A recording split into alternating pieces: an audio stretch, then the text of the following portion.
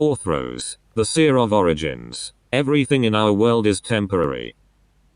Cities and empires fall and are forgotten under the dust. Swords and plowshares alike rust and crumble. Even mountains, seemingly eternal to the mortals whose lives are so brief by comparison, are worn down to their roots under countless dawns. Only the gods escape what for all else is inevitable. They stand alongside time itself as the sole inheritors of the infinite.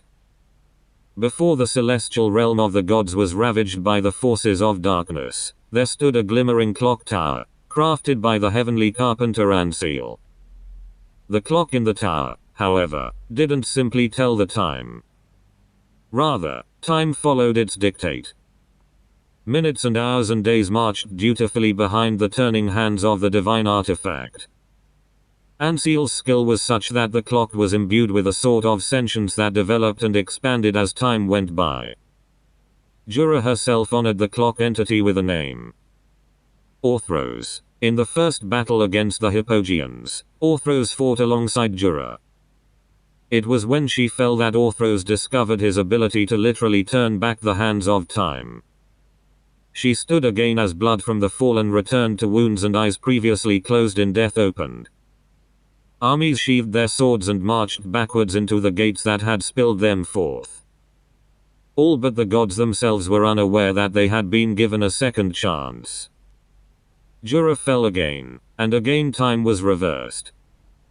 In each iteration, she fell, and the outcome only became increasingly dire for the forces of light and life. In a final bid for victory, Orthros took time back to before the invasion had even begun. Jura commanded that this time, he leave it. Her fate was her fate, and no amount of meddling would change that. Since then, Orthros has taken little notice in the affairs of the mortal realms. For eons, he steadily maintained the flow of the temporal stream and did little else.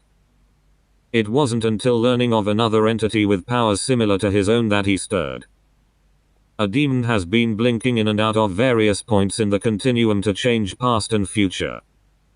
Time, however, is the domain of Orthros and Orthros alone. He will not allow another to twist it to their own designs. Inexorable, inevitable, but not immutable.